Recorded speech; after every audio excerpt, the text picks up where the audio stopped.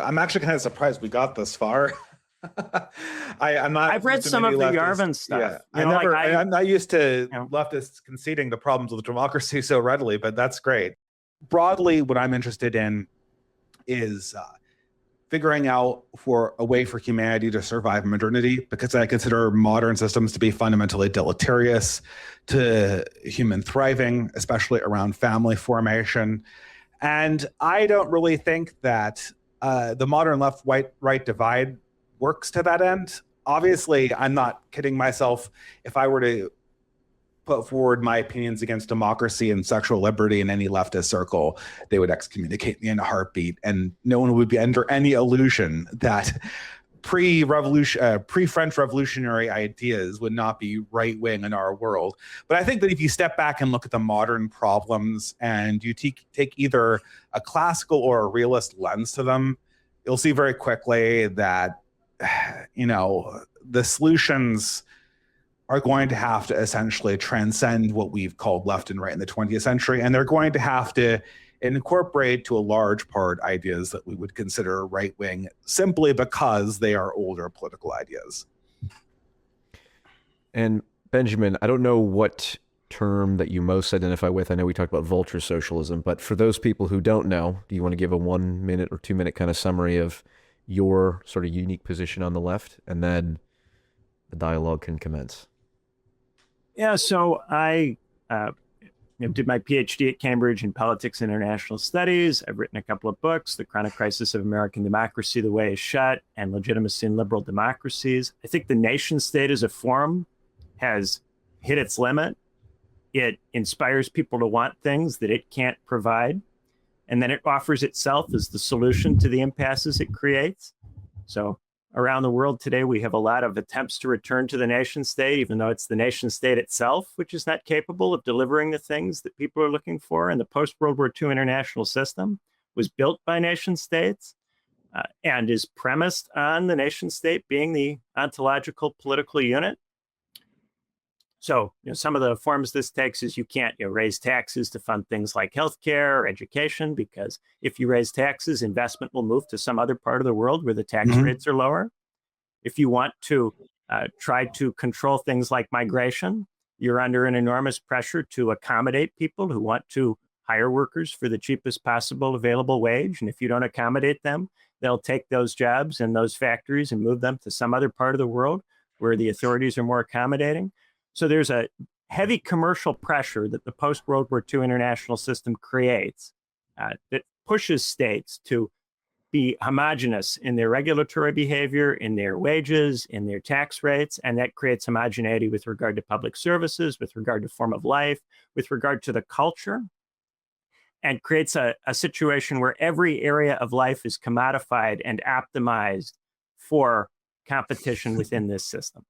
So is there some possibility of moving beyond that? I think to move beyond that, we would have to get beyond the obsession with national sovereignty, with the nation state as a form. And yet, so far, so many of the responses to this situation have been trapped within the post-World War II ontology of the nation state. So that's kind of the cut and thrust of where I come from. I am a little eclectic relative to a lot of people on the left. I have time for ancient political theory. I'm interested in a lot of pre-Enlightenment, pre-French Revolutionary thought. I don't think that it's something that people on the left should be scared of or can't learn things from.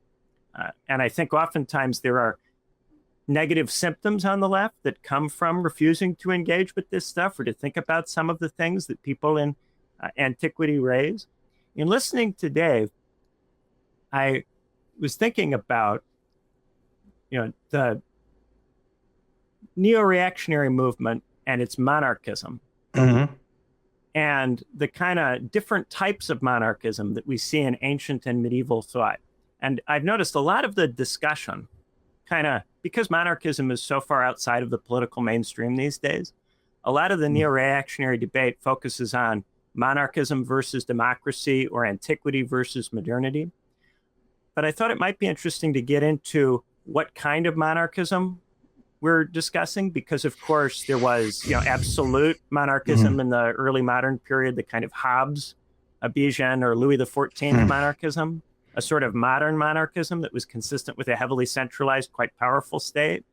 And then you have medieval monarchism, which we might associate with, say, Thomas Aquinas, which was much more overtly religious in character. What I would call Guelphish monarchism specifically, right? The Guelphish idea that the monarch was just the person that the Pope put the crown on, and it was an extension of God on earth. That was kind of the French idea of monarchy, is kind of contrasted with the more Ghibelline idea that this was a separate empire, like a separate dispensation that was secular. Ben, you articulated you're against the nation state. You think the nation state is kind of the source of the problems.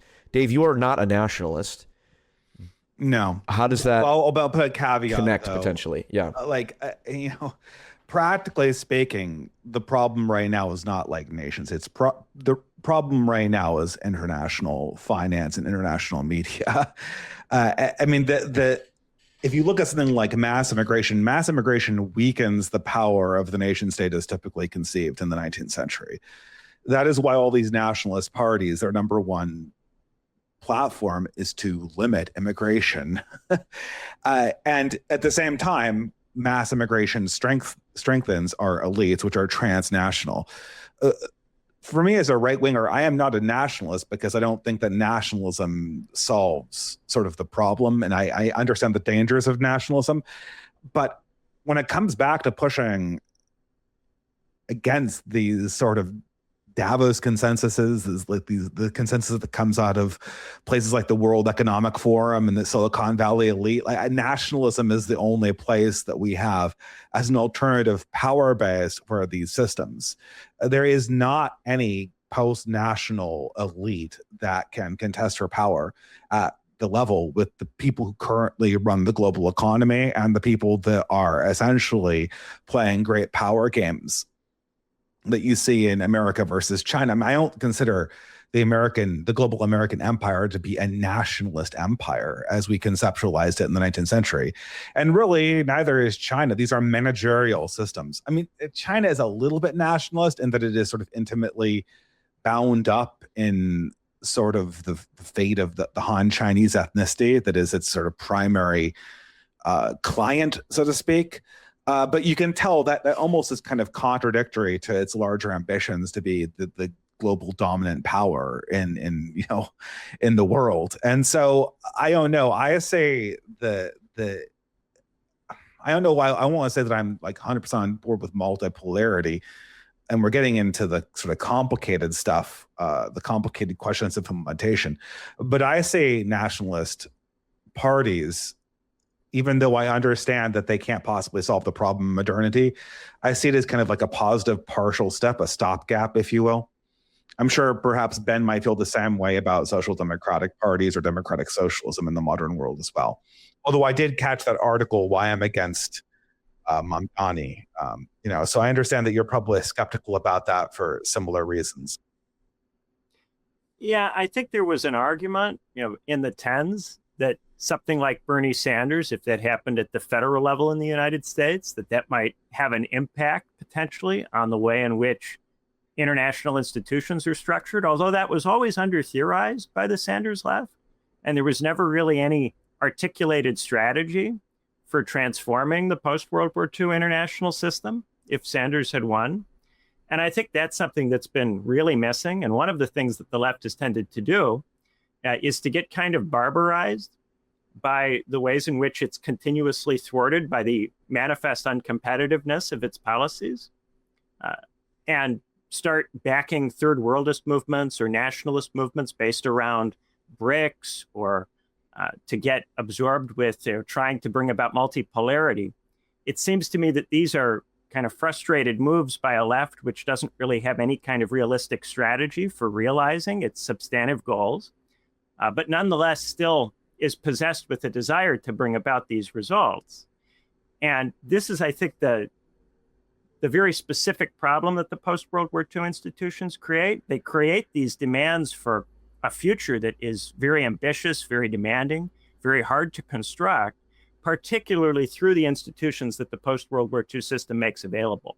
A bunch of nation states with elections that happen on different timelines, influenced by different moments in history, different events that are occurring in different parts of the world. So you can never have a bunch of governments all get elected at the same time who all have a vision for changing the way the global institutions work. So what happens when a nationalist wins or when a social democrat wins in a particular nation state? They try to adopt policies that differ from those of other countries. The policies that they adopt make them uncompetitive. And then as they become uncompetitive, they start to lose out economically. And then even though the population wants to see change and is interested in cultural change, the economic consequences punish the population until the population submits and returns to the previous set of policies. As we saw in Greece, as we've seen to a significant degree in Hungary, in Italy, the leaders who get in charge have to ultimately work with the international system on an economic level to be able to stick around. And then this greatly limits their ability to transform the culture in their particular countries. Well, so, I mean, when I think of a good example of my future, I think it's something like Lee Kuan Yew. This is sort of a post-nationalist nationalist leader. This is sort of the attitudes that I think leaders are going to have to develop, a human well-being with a respect to the fact that a lot of countries are going to necessarily be multicultural. When you say like a new world or a new order, what are you imagining is going to could fill this gap? Because how is it not going to go through nations? You've got to pull against something. If you're not going to be integrated into the global economy, then there's going to have to be a national economy or a nationalist economy. Even if you're not a nationalist, like I'm not a nationalist, how can the smaller power not be the thing that is used to pull against the larger one? Well, so I'm thinking about getting outside of the whole post-World War II system and the whole ontology that we've been stuck in since World War II of nation states that are ascribed sovereignty, but have to participate in international institutions that greatly circumscribe what they can do so that this sovereignty is a chimera. And the population is constantly chasing a sovereignty that they can't have so long as they remain within international institutions. At the same time, if nation states try to individually defect, they get heavily punished for individually defecting. And then they're made examples of and become further reasons why you have to conform. So what I'm kind of interested in is whether it might be possible for there to be a transformation at the level of the international system, rather than elect a national government that tries to defect in ways which we've seen time and time again, you don't work. Every time you try these kinds of strategies, you just lose the next election, right? Well, I would just say you get rid of elections. That's my solution. Why do you care about elections? Well, the reason you lose the election is because you lose legitimacy. No, I understand. Elections are just little manipulatable things that power wins elections, money wins elections. Public opinion can be manipulated by the managerial state. Right, but part of the reason that you have to fight the election, in the first place, is because if you don't fight the election, there's a danger in a lot of these countries of there being a coup, of there being a split. The election is a way to try to deal with that legitimation problem. When you have a one-party state, then you don't have the mechanism of the election to let off the steam. I'm thinking here a little bit about. It sounds like elections are bad. Back in the 40s, Schumpeter made the argument about how you have a competitive multi-party system, which allows the public to be fobbed off with the possibility of electing an opposition, and the parties don't have to be substantively different and don't have to promise anything that actually points in any direction. As long as there's multiple parties and they compete, then when you have a legitimation problem, you can replace one of the parties with the other. It blows off some steam, and this allows you to keep going. I agree with that. Yes, that's one of the control mechanisms of managerialism. Well, maybe something I could ask to kind of just narrow down where the disagreement might be. So we're in the United States. Dave, let's say the next administration, you're the Steve Bannon of the next administration. You have complete political, you're not the president, but you're advising the president, and you can, put forth an agenda. What would some concrete kind of political moves be, or that you think, the good right governance towards? So the problem though is the same one that Ben points out. If I were to come in on the administration, the first thing I need to do is to make sure that I never leave. If I just do good governance stuff, like for instance, there's a lot of things that America just needs that will be electorally unpopular. That, like, for instance, if I decrease immigration or try to attack the financialization of banks, then my ability to borrow money from the international banking system will evaporate, and my entitlement system will evaporate, and this will cause short-term pain. Now, I think in the long term, I can make that work. Or, for instance, I think that we need to reintroduce hard moralism on the population and get them away from consumption and, you know, other kind of degenerate activity. Now, this will be highly on, even though people know they need to do this, even though people know they need to base the meaning of their lives on family and community and less on consumption and these dopamine traps, taking that away from them will be heavily unpopular. So the first thing I would do, what's an example of hard remoralization? Because Benjamin, I know, has written about virtue. And so I'm curious. Like low hanging fruit would just be like, I mean, here's a good example, like just legalizing OnlyFans.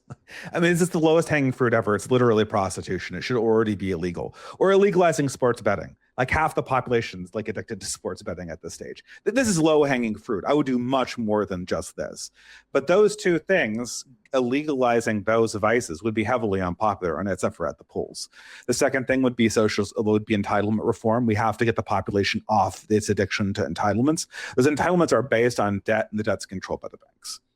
And that is one of the ways, the entitlements is one of the ways, this is what leftists miss, is one of the ways that banks control the sovereignty of any kind of individual government that comes in play.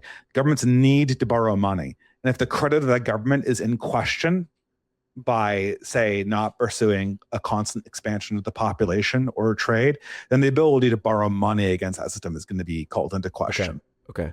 So Benjamin, on the issue of remoralization, banning OnlyFans, making porn illegal, or you know, things of that nature, what do you think that's a reasonable direction to move in, or is there a problem there that you're identifying? In terms of the, you know, substantive questions about the culture, I think there's a lot of room for a lot of different positions that people have about cultural issues. I'm not a big culture war person. You know, I think that the problem that I would center is that anybody who wants to substantively revise the culture needs to be able to do things in any direction, apart from just further commodifying everything and making more and more areas of life saleable on the market. Oh, yeah.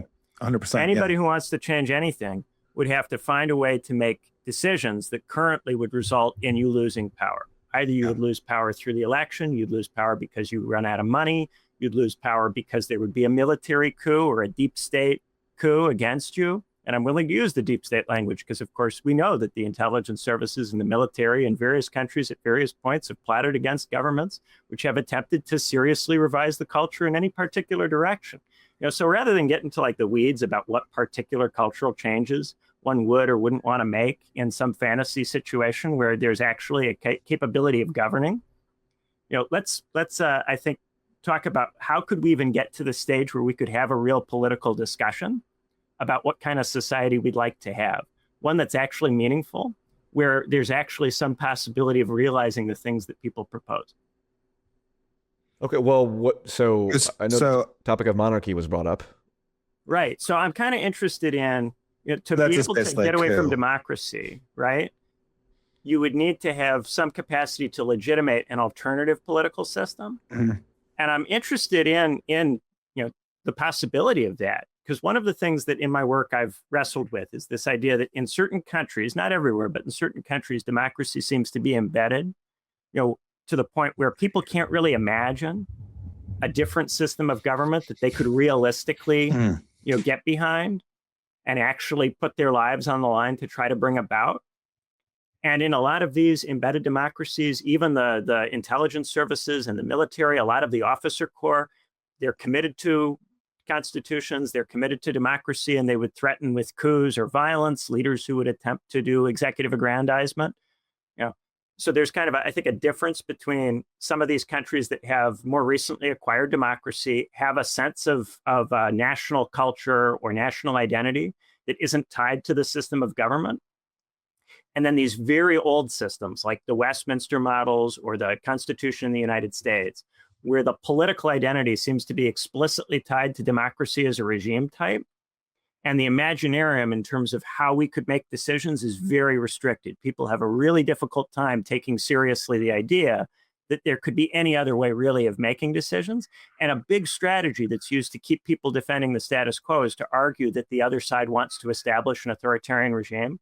Yeah. Obama wants to be Stalin or Trump wants to be Hitler. There's always this argument going on, and it's a stupid bullshit argument. Whichever direction it's made in, I think it's ridiculous, but it's made all the time continuously because there's still this embeddedness around democracy and this deep fear that if you step outside of the democracy box, you'll end up with some sort of totalitarian hellscape.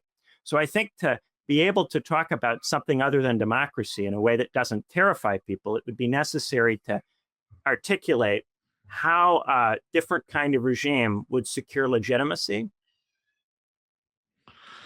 Well, that's tough. I'm actually kind of surprised we got this far.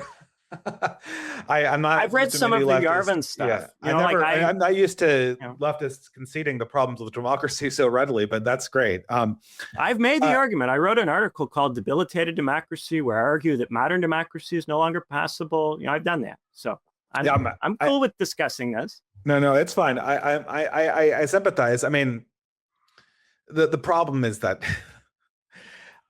the problem. This is where you get back to culture, and I think that I know very well what right-wing groups look for when they look for a government having legitimacy. They want the government to defend the continuity of the faith and the people in the physical country. If a leader does that, then right-wingers will rally to them. And their status as being democratic or less, their status of having more or less democratic Buddha nature will probably matter less than them seeing as defending the continuity of the faith and the people of the country. This is actually very classical. This is how most people have behaved before the French Revolution. The real wild card is the left.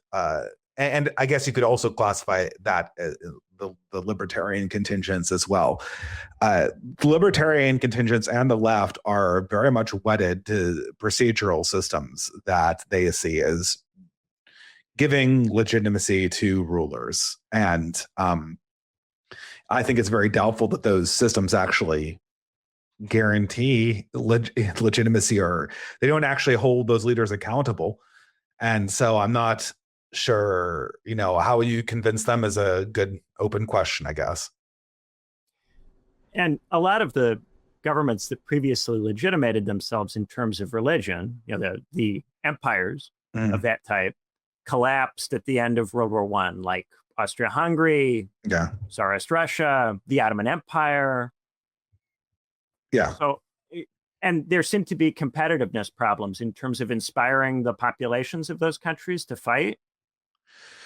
Yeah. I mean, the introduction of modern media systems, has weakened classical religions and classical understandings of bonds. And because of that, managerial systems have been dominant. And managerial systems don't like religious systems as a motivating political formula. That is absolutely sure. I don't think that managerial systems have come up with something that's actually conducive to a good society, which is the real problem that we're dealing with right now.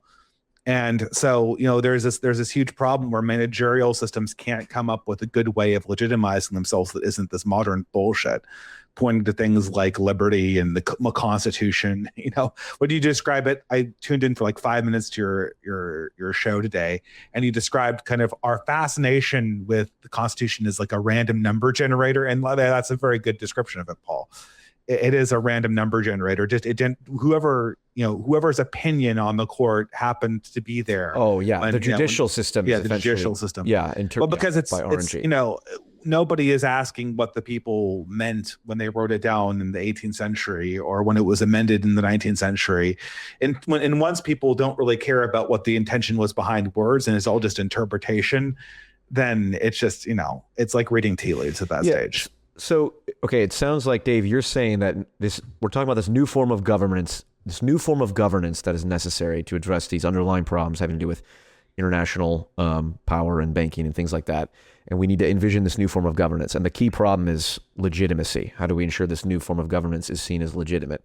And Ben, you're asking the question, and Dave, it sounds like you're saying the source of legitimacy is an alignment between said government's values and virtues and the people's virtues.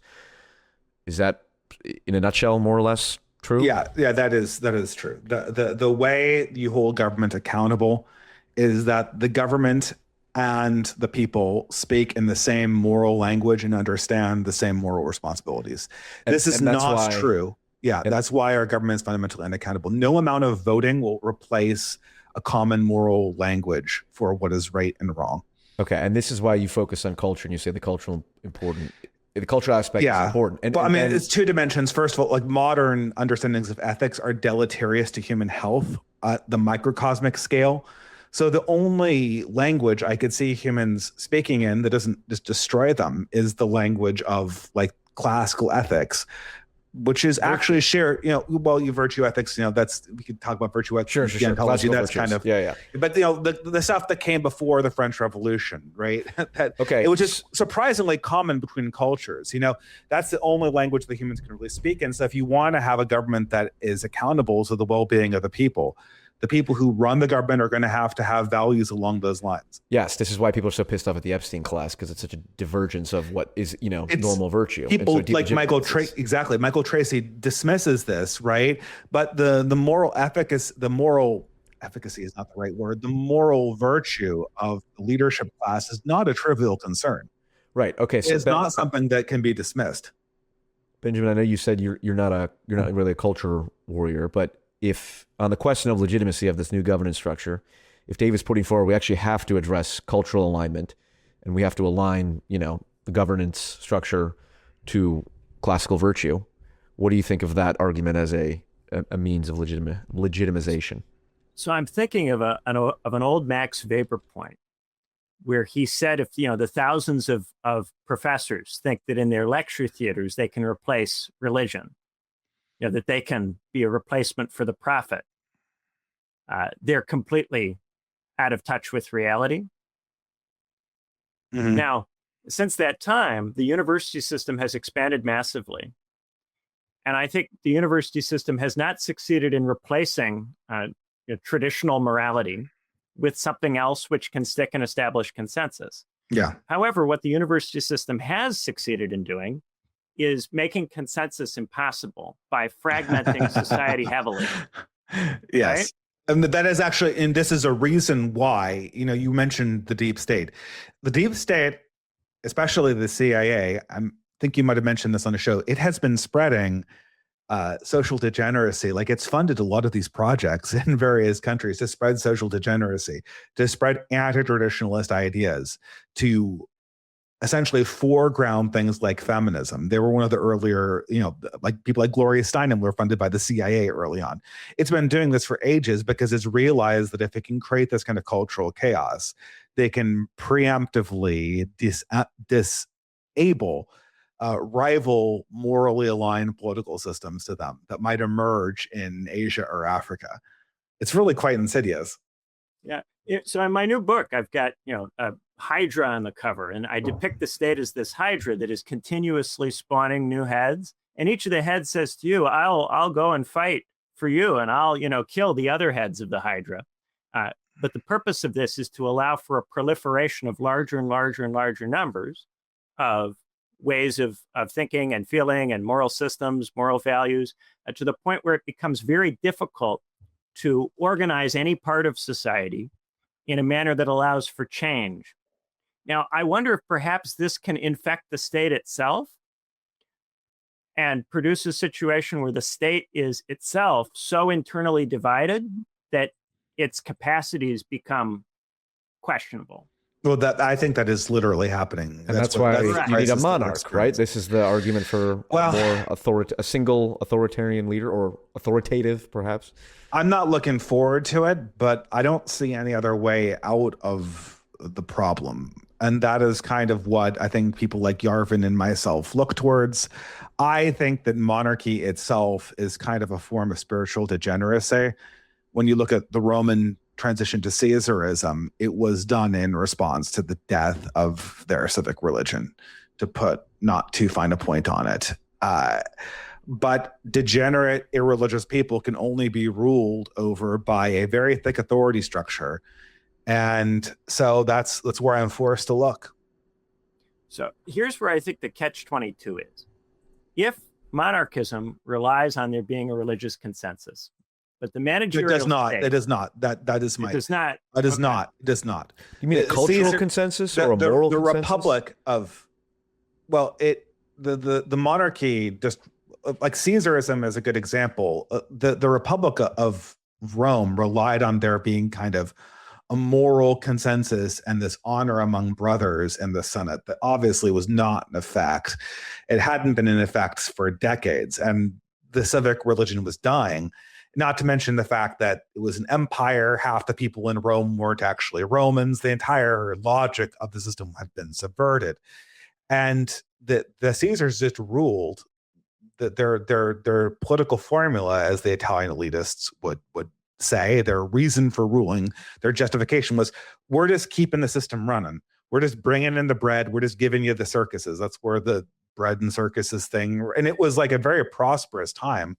Once you got past the first crop of kind of insane people, the military kept the system running in a mode of slow cultural managed decline for like 200 years before the thing fell into the into the ashes. And then it had a rebirth in the 300s. Yeah, and, and in the East, it went a good long while longer. But that's not, that is a civilizational cycle. The Byzantine Empire that replaced it had a completely different religious justification for its existence based on Christianity.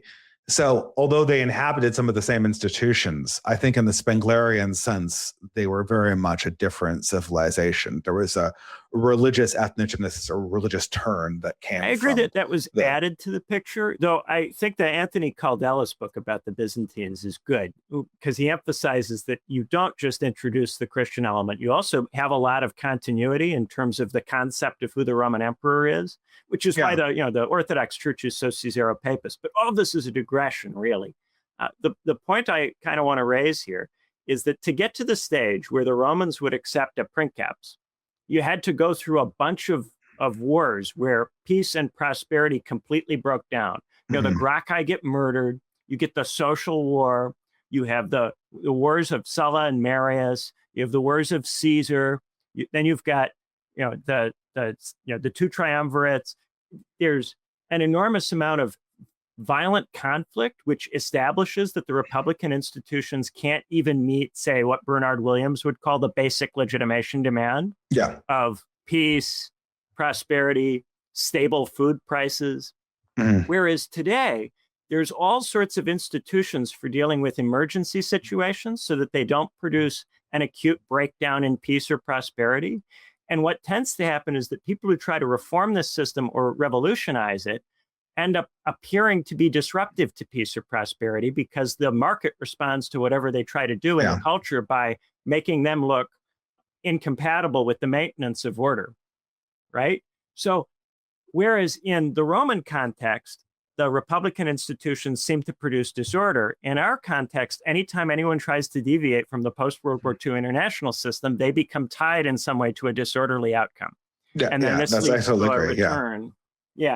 Yeah, but you can see this breaking down with people like it's. I don't think it's in dissolution yet, but I think people like Orban and Erdogan in Turkey would have been gotten rid of much faster in previous decades. I think that I'm not saying that they are going to outlast the global managerial neoliberal, whatever you want to call it, the globalist order that we have right now.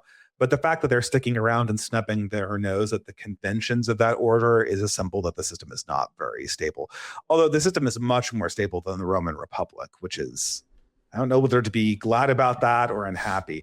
I consider demographic replacement to be an illegitimating state action. I think that if a state replaces the native population and essentially degrades their standard of living to the point where they have no more children and then replaces them with a mercenary population from other countries that are loyal to its systems rather than the core ethnicity and faith of the people, I believe that is a core illegitimating action that a state undertakes. So with regard to Hungary and Turkey, Yeah, I think that those cases are a little complicated because Turkey is a country that had military coups all the time. Yeah. Since Ataturk, they've always dealt with this. And he survived the last religion one, right? and the secular state, right? If it had been the 70s, the coup in 2016 would have killed Erdogan. And there's an argument that Erdogan is more democratic than a lot of the secular liberal leaders who were installed through coups as a consequence of that. Yeah, but this is. Hold on, I don't want to do a rabbit hole of Turkey. But this goes back to Caesar. Like, for instance, like who were the Democrats in the Caesarian conflict? We as modern people think it's the Republic because we associate Republic with democracy. But Caesar, the monarch in that conflict, represented the will of the people more than the Senate did in that ancient conflict. Yeah, there's certainly there's make there because the senators aren't elected or anything like that. There's no possible argument really to make that the Senate's a democratic institution. No, but so there's these monarchical figures that emerge in the end of social systems usually have the support of the common man. More than do the oligarchs that claim to be speaking in the name of the common man. So that's just, I think we're getting confused with language there. I am not surprised that Erdogan has the support of the people. Somewhat larger point I want to make. Also in the case of Hungary, this is a country that 40 years ago was part of the Eastern Bloc. These countries are not places where there's been a long tradition of liberal democracy and competitive multi-party elections for 200 years. So they wouldn't be candidates for the kind of embeddedness that I was introducing into the conversation earlier, this question of people not being able to think outside the democracy box. I think it's clear to Turks, who for much of their history were ruled by sultans and who had the republic imposed by competitive necessity, because if they didn't adopt Republican institutions at the end of World War I, they were set to lose all of their territory and had to rally around the Republic as a mechanism for being able to hold on to Istanbul or Constantinople, if you prefer, right?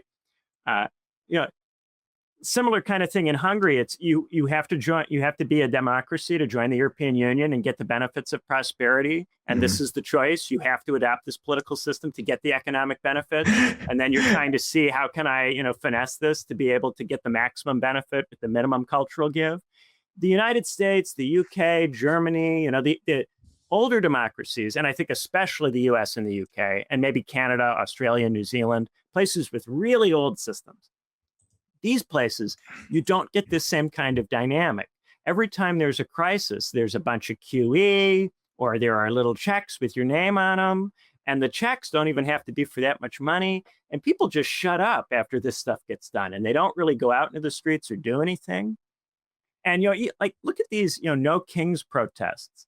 The No Kings protests where people go out on the weekend, mostly retired people, and they explicitly are committed to patronizing all the shops.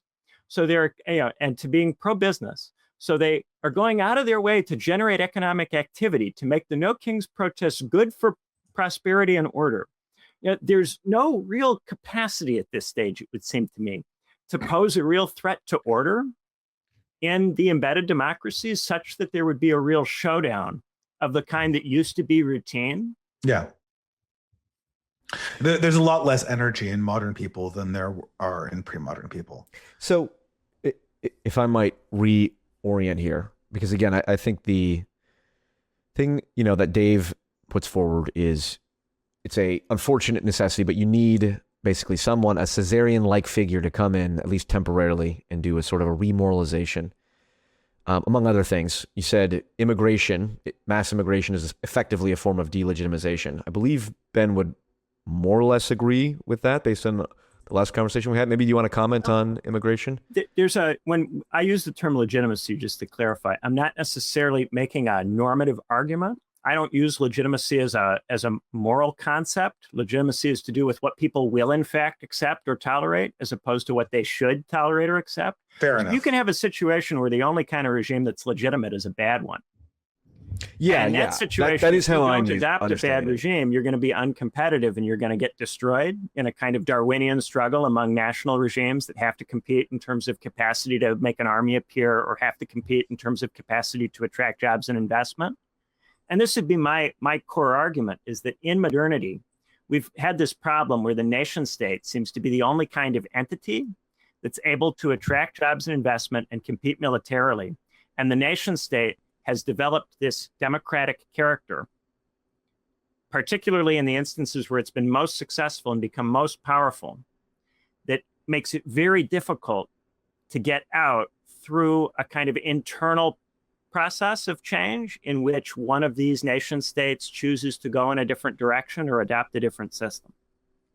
So it sounds like both of you agree that we need to essentially have a cultural transformation of this embedded democracy character. The idea that democracy is essential to the identity of, well, so I'm contextualizing things in the United States kind of perspective, although Benjamin's pointed out that the nation state itself is problematic, so even doing that may be an issue. But I guess, Benjamin, so let's say a FDR-like authoritarian kind of figure, whatever the Curtis Yarvin says is the right authoritarian type figure that comes in and leads sort of a cultural change. I mean, Trump obviously is a cultural figure. Do you think that that's just a fantasy, that sort of a Caesarian-like figure can usher in a cultural change that undermines this whole pro-democracy, essential part of the American identity?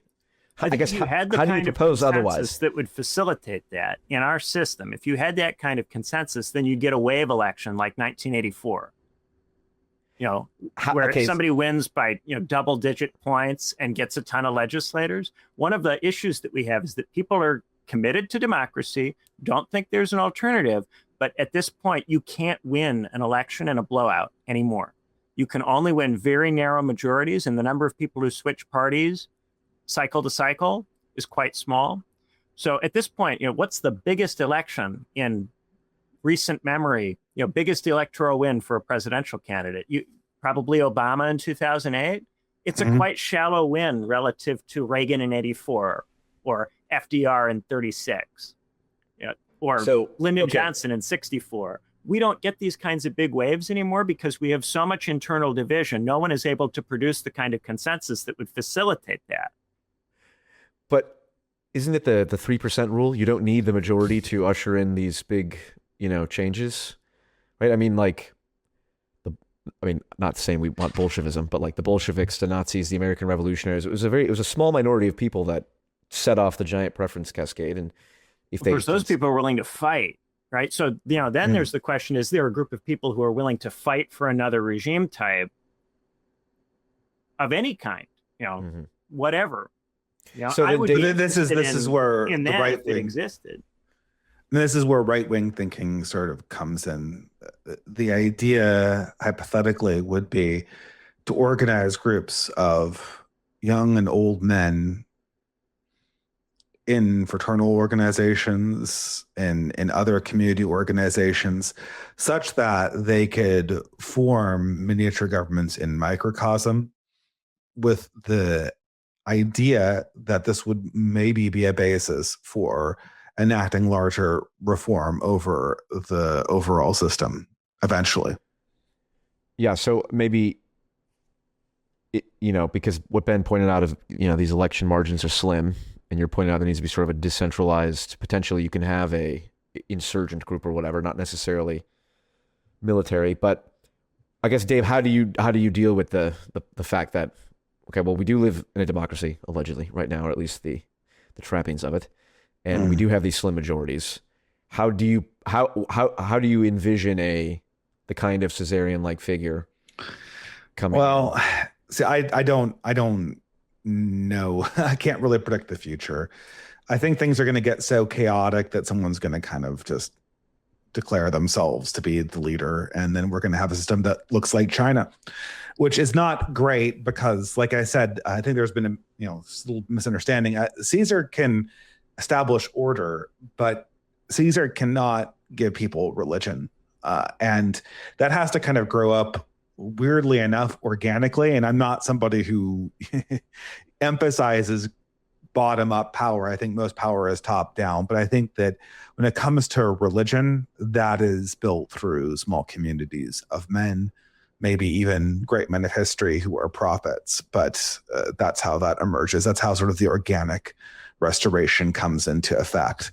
So I don't want to predict the future, but right now we're on kind of a track to converge with China in our governmental form. Ben, do you have thoughts on that and this? I mean, I guess, what is your envision or solution to the embedded democratic, obsession that needs to be sort of loosened before a new form of governance can emerge? So I find that there are kind of two different stuck points that tend to emerge, and each is a reaction to the other. So one is the kind of, it's a world of nation states. So you have to go through the nation state thing that all of the social democrats and democratic socialists are stuck on, right? You've got to go through the nation state. It's the only game in town. You have to go through the post-war system. It's the only game in town. Anything else risks something right-wing happening. So therefore, you have to defend the post-World War II system whenever it comes into crisis. This kind of attitude, which pervades the left, and is a sickness on the left. And the other kind of attitude, which is the dropout anarchist attitude of you have to go into your small community and organize with concrete stuff, with people you know. And the difficulty is, if you go in that anarchist direction, it doesn't have a political horizon. It doesn't become political.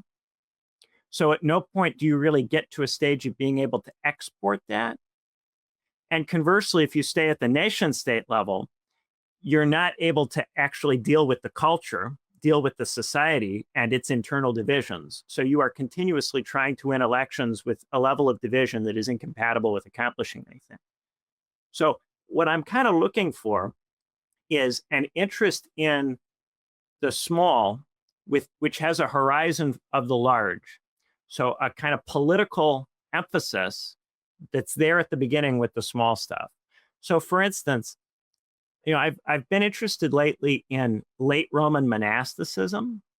These dropouts who couldn't get imperial offices. In the century of gold in the 300s, you have this intense competition for imperial offices because the Romans introduce a dual currency system. So if you work for the state, you get paid in a gold-backed currency that's relatively stable. But if you don't work for the state, the currency that circulates is a silver-backed currency that sucks and is constantly inflating. So there's this deep demand for government posts. But of course, while there's an initial powerful growth in the state sector, under Constantine and in the decades immediately following him, as that century wears on, they're not able to create more jobs. And yet there's this immense demand for these civil service posts. So what do people do? They go, this is reducing us to scrounging around in the dust and mucking it up with each other and networking and all of this awful social bullshit that has nothing to do with our higher values, what we care about, what matters to us. So these people start to drop out and they go into the monastic life. But they go into the monastic life not simply because they want to reject the political, but because they want to conceive of a new basis for politics.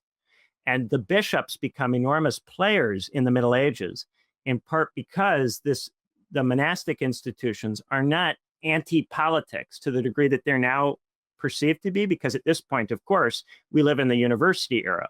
Once the universities became the dominant educational institution, monasteries became something for real dropouts, for people who really wanted to get out. But before the emergence of the university as a form, the monasteries inculcated people who wanted a different basis for politics.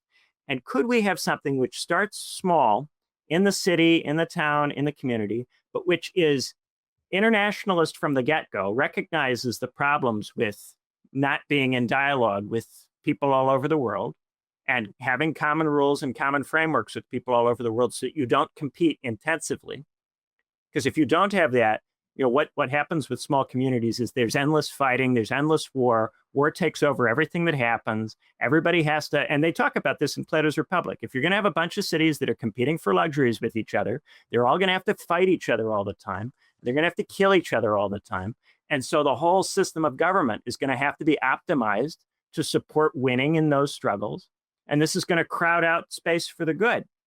There has to be something over and above the city-states which limits the intensity of their security competition and limits the intensity of their commercial competition so that there's space for other forms of life, other ways of doing things. And in that late Roman period, this idea that maybe what the Roman state can be is something which can facilitate monasticism, that's something which points beyond just competing for offices, competing for jobs in the imperial bureaucracy, competing for money and for recognition.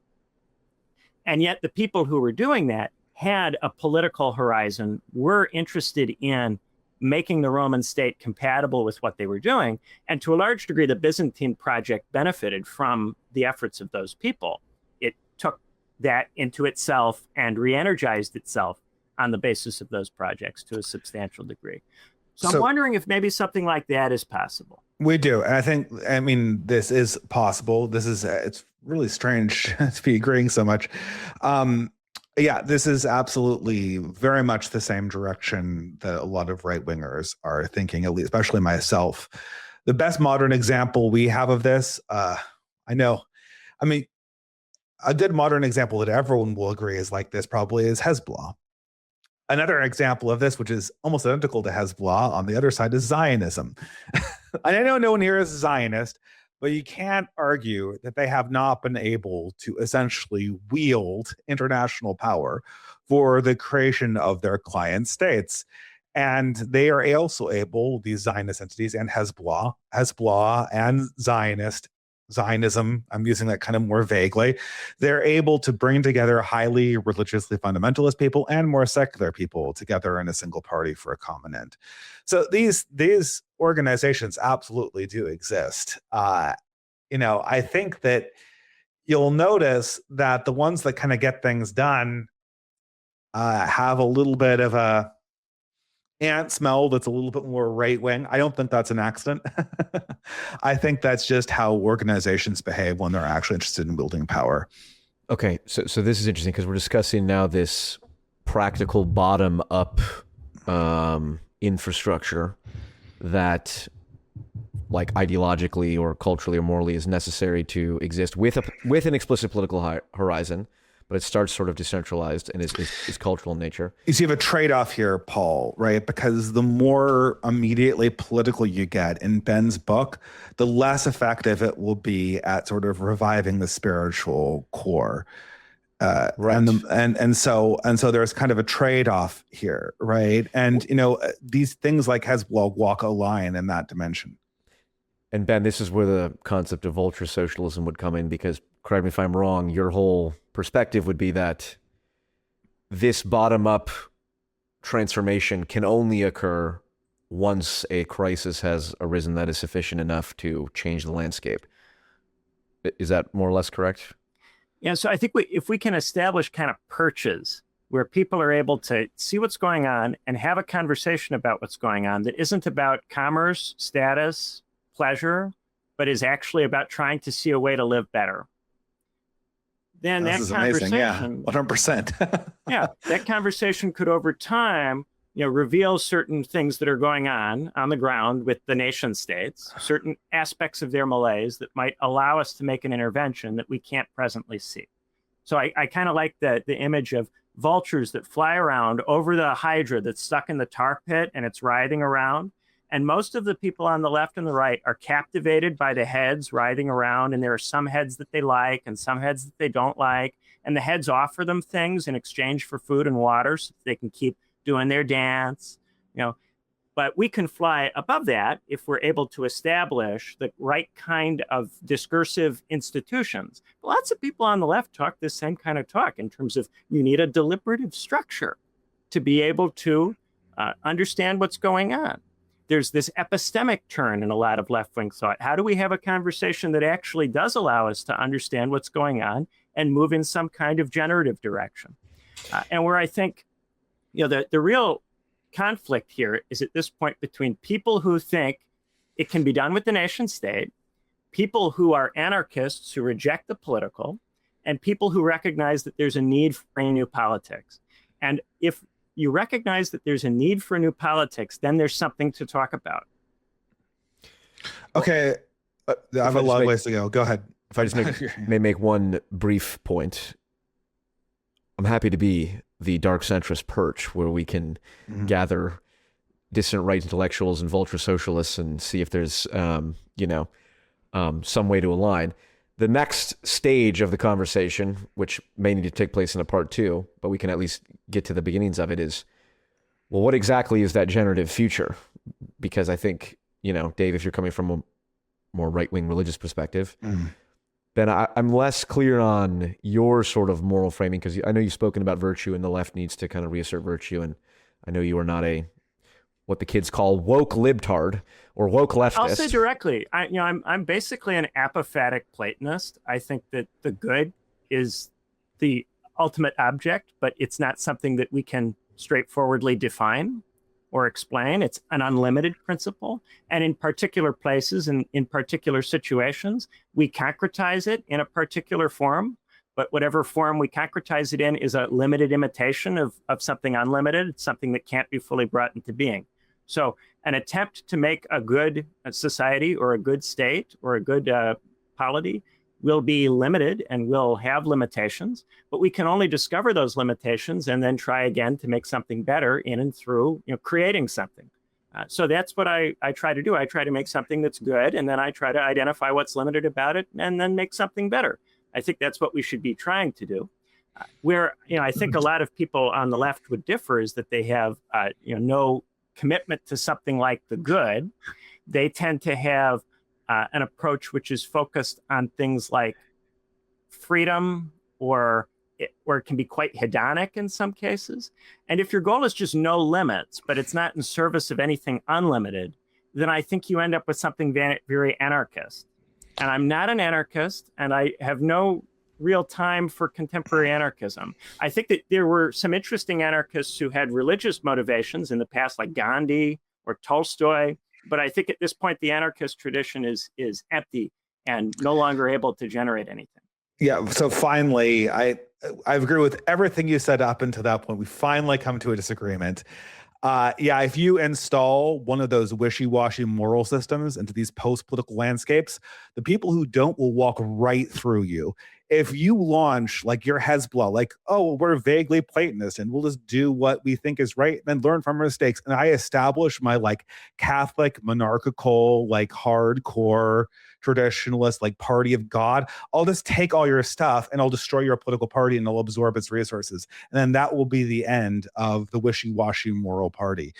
Once we enter into a world of like these things that we're talking about, either these monastic cults that you say about in the late Roman Empire or Hezbollah or any of these kind of network states, the ones that have firm moral systems, that will be a key organizing principle. And if you do not have that technology, you're not going to be competing in the system in a serious way. Well, that was the post-national party will have between to have a moral vision. Augustine and the Donatists, for instance. So go ahead, Benjamin. In the late Roman Empire, the debate between Augustine and the Donatists of just how exclusive does this have to be? Because if you make a very exclusive vision, then it can be difficult to universalize it. One of the problems that Hezbollah runs into is that they're not very popular in Lebanon with the general population. They're not. They attract a lot of opposition from people in their region, in part because they have something very exclusive and particular. And so I think there's that is true. Yes, limited you can go form. The more you concretize something, the more limits it tends to have. Now, I agree with you that you can't have something that just drowns in security competition or in commercial competition. And that's why I think there has to be an international or a supranational dimension to this from the beginning, because we have to qualify security competition and commercial competition to allow for people to pursue moral and religious values. And if we don't do that, and we compel people to frame their religions and their moral convictions in terms of military competition or in terms of capitalism, which is what we've been doing more recently, I think competition is a better word. Barbarize a lot of that stuff. But look, like, who's going to secure it? Who's going to secure? You say we need to secure. Who's we? Who is? In order to secure something, there has to be a will that secures the thing. Now, you could say that none of these sort of Hezbollah or monastic or whatever we call these post-nationalist parties, none of these parties will be able to escape sort of the trap of competition and functioning in like this highly chaotic moral system that's been created pretty much explicitly by the deep state so that they don't come about. None of these things will be able to come about unless we stop the logic of internal competition. But all that is saying to me is that there needs to be a globalist Caesar before any of these other things can come about. I'm not so convinced about that. I think that you might be able to operate one of these sort of, I don't even know what we're calling them, these post-national network parties, network states. That's a loaded term because someone wrote a book called The Network State, and this is not exactly the same thing. But you might be able to run this indefinitely and then just kind of assume control and the chaos. So I'm not convinced that you need to have someone take control over things at the international level. But if you say that we need to secure safeguards against competition, which is essentially what you mean when you say capitalism, you mean the perverse incentives of competition. I like that way more than capitalism, which is loaded. Because then we have to say that communist parties are capitalist, which is, it just sounds silly. Right. They are optimized for competition. They promise people an escape from competition, but have instead optimized their societies for competition and are participants in that international post-World War II system. In order to secure a safeguard against competition, someone has to secure it. And so, it is either one of these parties that is super, super, super, super, super powerful, which is kind of hard to see happening in modern circumstances, or it's just, a king. Yeah. So I think, Benjamin, on the question of we, because as I understand what Dave is saying, examples like Zionism and Hezbollah, it's like, well, Zionism, the we it's very convenient because it's the Jewish people, which is an ethnic kind of, it's both a genetic and a cultural identity. So that worked out kind of perfectly. Hezbollah, I'm less familiar with, but I'm assuming, I don't think it's Hezbollah has a problem. It's right? religious, but the problem is it's a Shia organization in a region that is largely Sunni and also largely Christian. So it has this bizarre thing where whenever Israel is misbehaving, Hezbollah is popular with the people, but whenever that's not the case, then it's inter-ethnic and religious contradictions come to the fore, and it just starts becoming less effective. But to your point, there is a we there. There's some cohesive identity centered around almost an axiomatic, well, in the case of Hezbollah, it'd be just an axiomatic religious belief, Shia Islam. With Zionism, it would be, Jewish identity, both the cultural and genetic component. So that makes sense to me. I think you need a we. So then, Benjamin, what is your conception of the we? You said you're a Platonic Afro-Platonist or something, or apophatic. It's a theological term. Got it. Yeah. Okay. So do you have a more concrete vision of what that we is, or, and I guess I don't want to have you sit here and, well, not these people and not these people, not these people, but like what is the concrete? I think if we recognize that people want to have highly particular projects, they want to have cities and towns and communities that look very different, that observe very different moral rules, and that if you try to universalize any one of these rules, you'll just get division and conflict, then what that would suggest is we need a kind of super-pluralism at the level of the international, which then facilitates strong particularity and meaningful decisions at the local level. And my question is, can we create a level of a commitment to specific things that is deep enough that it gives you a reason to care about bringing this kind of system about, but not so deep that you insist that your particular thing has to be universal and you won't commit to the level of pluralism that's required to bring this about at the level of the international? Do you have an idea of what those specific things that you think are in that sweet spot are exactly? And because then the follow-up question would be, is Dave Greene in the we that in your camp, and vice versa?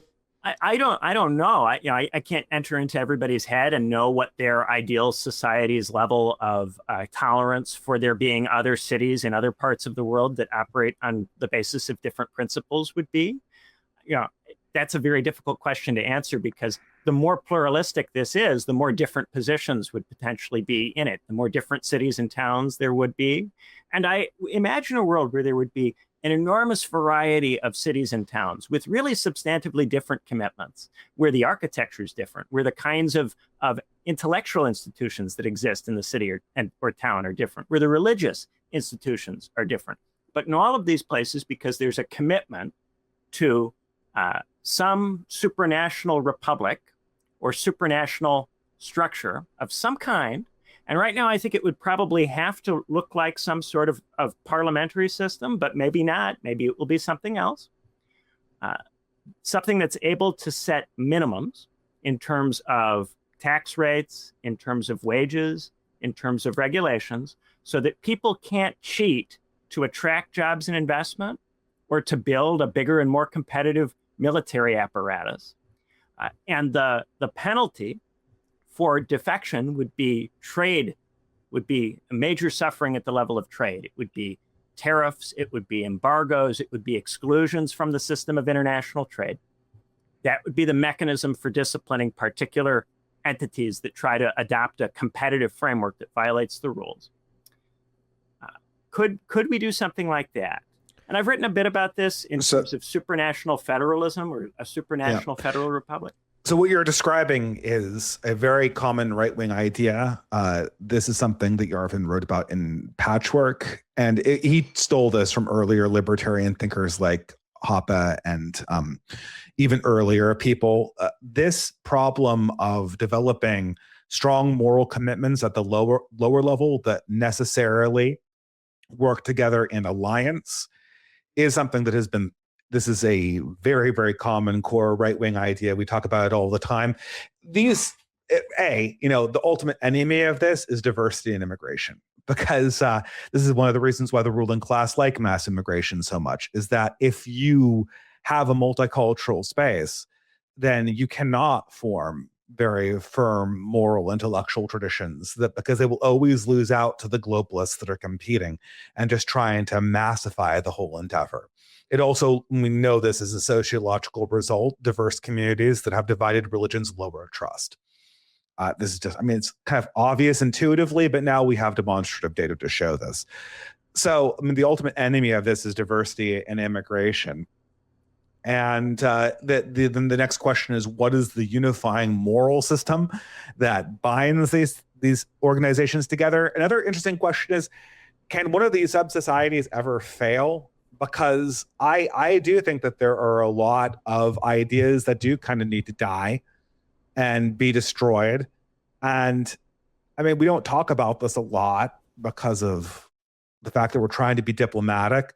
But part of many right-wingers' idea about how we finally resolve this is that you let people actually implement progressive visions of how to organize a society inside a system where they cannot import financial capital, and that they cannot borrow against other people's wealth, and that they can't import other people's children, and then eventually progressive ideas will just kind of die. Ideas do need to have a way of exiting the system somehow.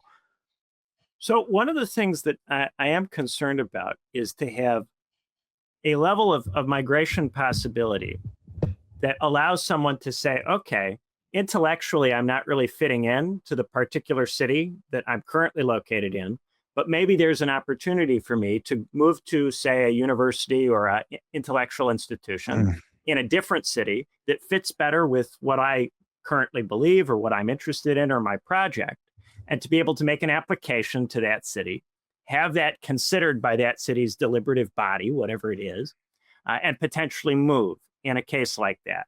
I think to have this really generate meaningful decisions for people about their form of life, their beliefs about what's good, so people can actually decide in their life how they want to live, there would have to be some possibility of moving from place to place. I think that process should be controlled to some degree. I think that cities and towns should be able to say, well, we only want to take you on if you're committed to what we are trying to do here, and if you're willing to perform the kind of role that we're offering. But I don't think that you could make this work with no movement, because it's movement. And I totally agree. To say that they don't like a system. No, I 100% agree. I trust choice more than voice any day of the week. That is 100%. This is another kind of core right-wing idea. So much agreement. But here's the thing, Ben. If we had a system where it was just like you're sort of voting with your feet out of conscience, we would expect kind of like more or less close to a net zero immigration rate. the other thing you're introducing here is you are also introducing a degenerative property into your own patchwork plan here. And that is, hypothetically, we would want the human colonies that have the best ideas to grow and take more territory. Under this idea where people vote with their fate, the places that get colonized are the places that are the most functional, and they'll get colonized by the places that are the least functional, which is arguably what is happening. Swedes aren't moving to Nigeria. Nigerians are moving to Sweden.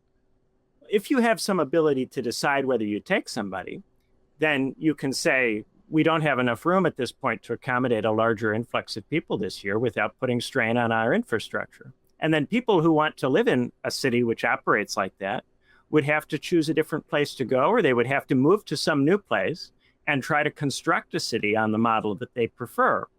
There would be some incentive for people to, I think what we would see is that types of cities that people like to live in would proliferate. There would be multiple distinct instantiations of them, rather than those cities taking territory or expanding through military force. So for instance, if there's a particular way of running a city that becomes really well respected in, say, Chicago, then Chicago can't take everybody in the world who would want to live in that kind of city, but people might, living in other cities, argue within those cities, we'd like to be more like Chicago. We'd like to implement structures that are similar to those that exist in Chicago. And that would be possible because you would have a supranational framework in which people would be able to look at what other people are doing and talk about what other people are doing. This is where this is where we're finally hitting a left-right distinction. What if the people in Chicago are just better people? Like, you assume that all the differences are due to structures in the government. They are not. Different people are radically different in their behavior. They're more trusting. Some of them are more intelligent. Some of them are stronger. Some of them are genetically more fit. Now, I'm a person who believes that human beings are very mutable. And I think that over 1,000 years, probably people that was very degenerate could grow to become very productive and intelligent and moral, but it would take hundreds and hundreds of years to do that. And in the short time frames that we're talking about administratively, the quality of the people is going to outlast the quality of the government. In most cases, when you see massive differences in the quality of life between various places, you're talking about a difference in quality of people. Now, arguably, over 1,000 years, Nigerians might become, or Somalians might become, better people than Swedes. But outside of those epochal changes, there are differences between Swedes and Nigerians such that regardless of the system they live under, Swedes will have a higher quality of life. They will build a better society based on the kind of people they are. And so, if your system does not take into account that difference, then your system will be overwhelmed, because everybody from essentially low trust societies will move into areas that are higher trust, exploit the systems, destroy them, and move on. I noticed that in your framework, you take the comparative unit to be the nation state. Nigeria. We could use city states if you prefer. So do you think that there might be enough people in Nigeria who could inhabit a town where that town in Nigeria would operate in a way that you would consider to be, interesting, potentially valuable? Well, yeah, of course. The one thing, I'll give you a quality of Nigerians that I like more than Swedes. They have more children. If I could isolate that quality of Nigerian culture, that would be the most wonderful thing ever. I actually like the fact that Africans are more aggressive than Europeans. I think that Europeans are under-aggressive. So it's another quality of African culture that I highly value. There's lots of interesting things about Africans. But if you suppose that you have a possibility for people in different African towns to adopt different institutions, different structures, different ways of living, different religions, philosophies. Mm-hmm. And people can move from one town to another town if the town that they want to move to agrees that they would be a good fit for that town and that town structure and system. Do you not think it would be the case that there would be a non-trivial number of towns and cities in Africa that would emerge that would be interesting and attractive places to go? Well, I can't predict. This is a weird hypothetical. Yeah, possibly. Sure. Well, let's say there would be. I'm sure that there would be some highly religious Nigerian Muslims and Christians that would develop highly ordered Nigerian societies, and I have no doubt that in 1,000 years they would be way better people than the Swedes. Right. I'm not saying the that nation it's state inherent. that frustrates all of that community building in Nigeria. I don't think that the nation state really has anything to do with it. We could just talk in terms of city states. It would be the exact same thing, right? We could compare the city state of Salt Lake City versus the city state of Mogadishu. Sure. Salt Lake City is not going to operate like Mogadishu, and you can't rule Mogadishu like you rule Salt Lake City. And furthermore, if you allow open immigration between those two cities, everyone from Mogadishu is going to move to Salt Lake City. And it's not. Well, we don't have to choose between no immigration and open immigration. We can have a system where, these cities and towns are able to look at particular people and consider whether they're a fit and have a number that they're targeting for a given year. I think that you might. The default answer has to be no in almost all cases. It has to be an incredibly rare exception to let somebody in if you're going to preserve these systems.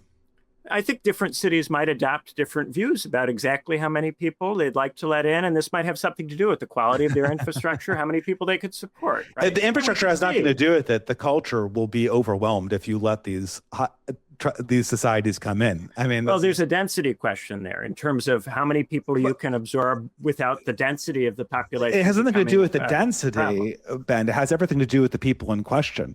I could, if I were Sweden, if I was the leader of, let's just take Helsinki or Stockholm from 1955, 100% Swedish community, I could probably admit an enormous number of Danes into my society, from Denmark right across the strait or whatever separates them. The body of water is failing me right now. I could welcome millions of them over probably, and my society would be just fine.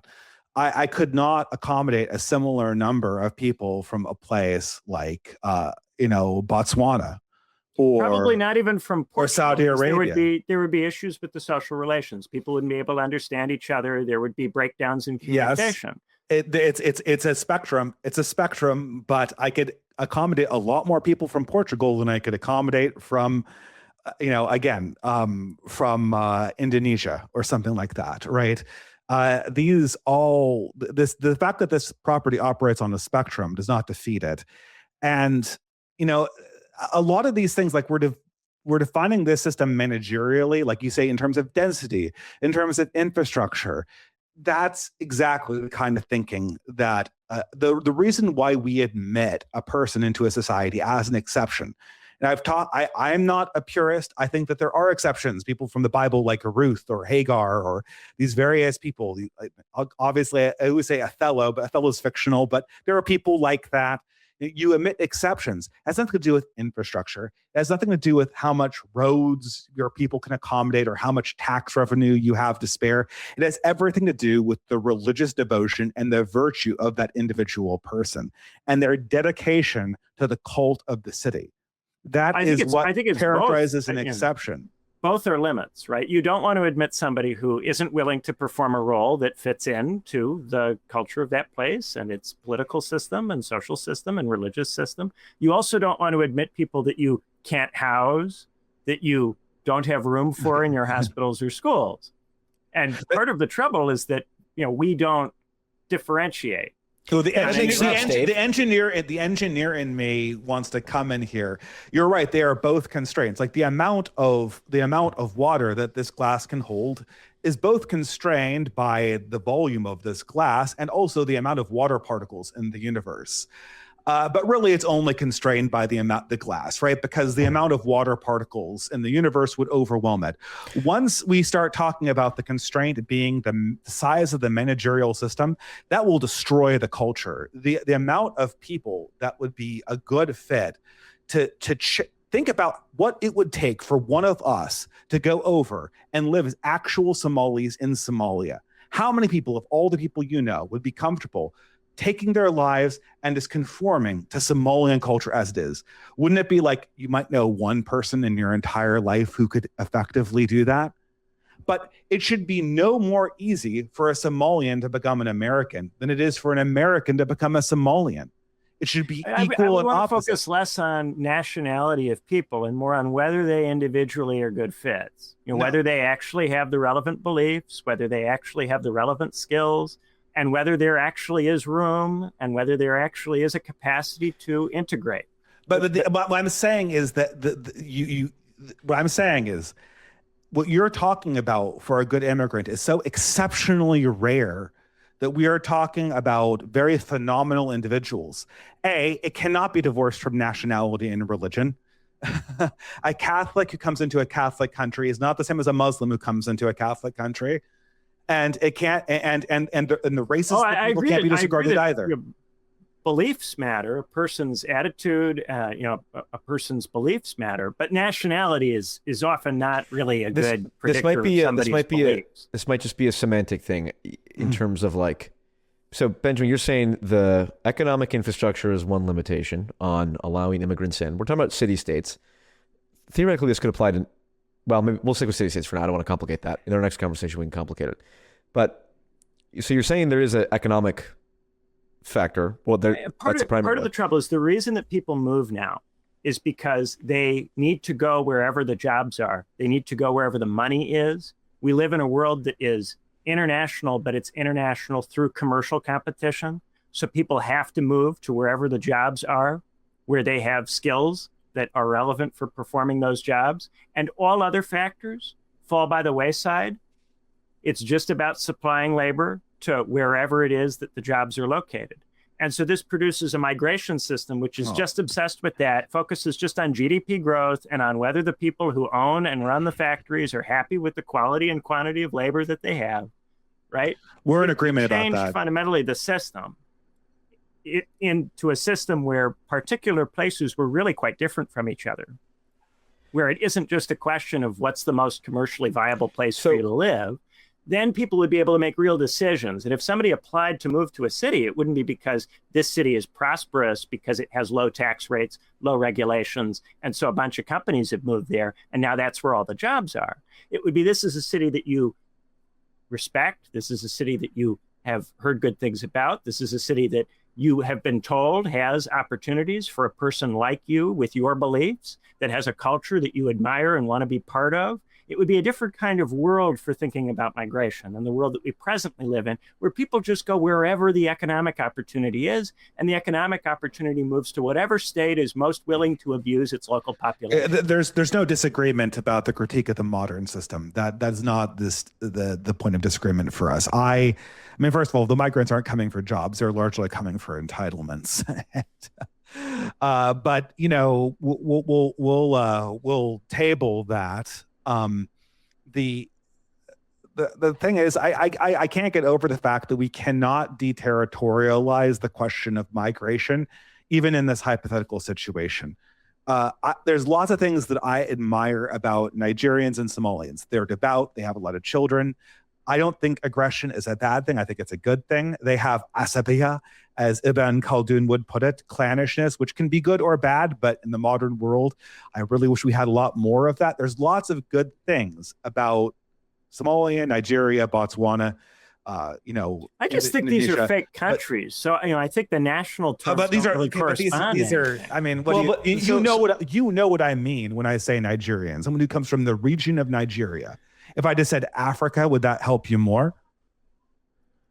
I think that there's a lot of different people in Africa who have different beliefs, different interests, different levels of willingness to live in different ways, different patterns. And you see this just in the fact that some people in Africa move to the big cities and try to make it there. And some people in Africa stay in the villages and don't move to the big cities. And these some are people in economic Africa try to go to university in Europe, and other people in Africa have no interest in doing that.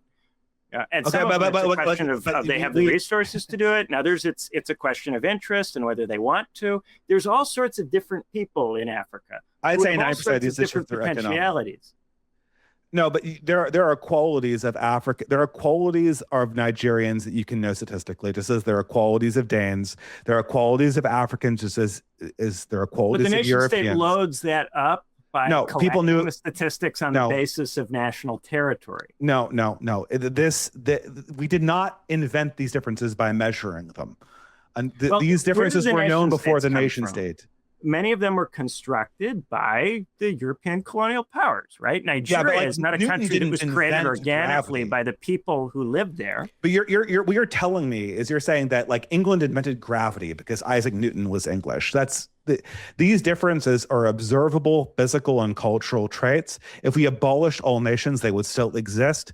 Now, I say Nigerian just because there's no better word for someone from West Africa. I say Somalian because there's no better word for East African. I say Swedish because there's no better word from somebody from the Nordic, Northern European countries. But if we abolish You could the nation say state, West the difference African, between East African, Scandinavian. You could say okay, something great. like that. I will say Northern Europeans versus Sub-Saharan Africans. Northern Europeans versus Sub-Saharan Africans have very large differences. And these are not just interchangeable. It's not like these people could move around and they'd be totally interchangeable regardless of where they went. It's also not I don't an think individual anybody's decision. interchangeable. I don't think anyone is interchangeable. I think people are all quite different from each other in all kinds of ways. Oh yeah, but there are commonalities between similar people. There are commonalities you can see inside Northern Europeans. There are commonalities you can see inside Eastern Africans. There are commonalities you can see inside Sub-Saharan Africans and Asians, et cetera, et cetera. And a government that rules over different people will have to respect their differences. I'm not saying we had like a bunch of different cities that were really genuinely different from each other. I think that most of the people in my high school graduating class, I went to high school at a state-funded school in Indiana. Mm-hmm. I think they would choose to live in a variety of very different places. I think how many of them would choose to be place. Somalian? Like, how many of them would choose to be West African? West African, or they go to Kinshasa, they go to Mogadishu, and they choose to just discard their culture and then pick up all elements of Somalian culture. I don't think in the present system, there are very many people from a rich country who would choose to live in a poor country for anything more than a brief period of time as a touristic experience. Yeah. And maybe telling themselves a story about how they're engaged in some kind of humanitarian aid project. Okay, I'll give you another But I think example. that's a consequence of the structure of the world as it presently exists. I think in the kind of world I'm talking about, there could be cities and towns that emerge in these places that could be genuinely interesting places to go and live.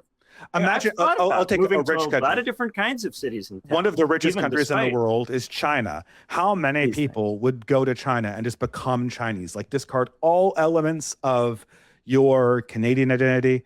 Now, Canada is in many ways a poorer country than China is at this stage. How many Anglo-Canadians would go to Beijing and go like, okay, I'm just not a Canadian now. I'm Chinese, and I'm going to discard all the elements of the culture that I was raised with until I was 33 years old, and I'm just going to become entirely Chinese. Okay, Benjamin, you can respond. I know one person who did that. Towns in China. It's very rare. Suppose you had 30,000 different cities and towns in China, each of which was quite sharply different from the others. There might be one of those that's a better fit for you than a town in North America, any town that you could find in North America, if you were willing to look. If you were able to really differentiate it that level. But here's the problem, Ben. What we're talking about is I've known somebody who did just that, who abandoned their Canadian heritage and became 100% Chinese. They never looked back. Everything is different about them. These are incredibly rare circumstances. When you build societies around what most people do. And when we're talking about people who are moving to other societies, we're talking like genuinely, and not just to live there as kind of like homogenized consumers of global capital. Like when we talk about people who deeply integrate into a society that is starkly different, we're talking about rare individuals, because if you don't do that, if you allow people to come in and just be kind of global citizens inside your society, then your societies that you say will be very different will cease to be very different. They will become homogenized. Okay, and so because we're coming up on, we're past 90 minutes. And now I can see there's a more stark point of disagreement here on, I don't want to say human nature, but obviously there's a spectrum between, there are many diverse individuals, but then there is a frequency of like clustering of certain people, and some people can get along better with other, whether it's cultural, genetic, whatever. That unfortunately will not be able to be hashed out at this point. The nature, the fundamental aspects of human nature. However, I do think there was a lot of points of agreement, and then we flesh out the disagreement here. So I don't know best way to do this, but maybe because we got to wrap up here. But Dave, do you have any final minute or two thoughts, and then Benjamin, and then we can wrap up? I mean, look, I'll say this. We had two disagreements. One was how to practically unseat global managerial liberalism, what we would call kind of the global financialist reign over our societies, and what could stand up to those. And we cited things like, Zionism, if you're on one side, or Hezbollah, if you're on the other side of the current war that's going on. Both are examples of these kind of nationalist or post-nationalist religious affiliations that still wield extreme power. And I think then we segued onto a discussion about how you would manage a hypothetically ideal federalized patchwork. And I guess I'm actually kind of surprised by how much we agreed, because we agreed on everything, almost everything, except for a common mistake that I feel is running through Ben's thought, and that is that it lacks proper anthropology. If you ramp up a really vicious party, something that would be kind of ruthless enough just to snap the neck of the current order, you're not going to make an omelet without breaking a lot of eggs. It's going to have to be bound together by a very, very decisive moral vision, probably a religion among the people who actually operate that party. And it's going to have to be able to move very, very quickly and very, very decisively. It cannot be linked together. Now, when it rules, hypothetically, it could be pluralist and do the whole patchwork thing.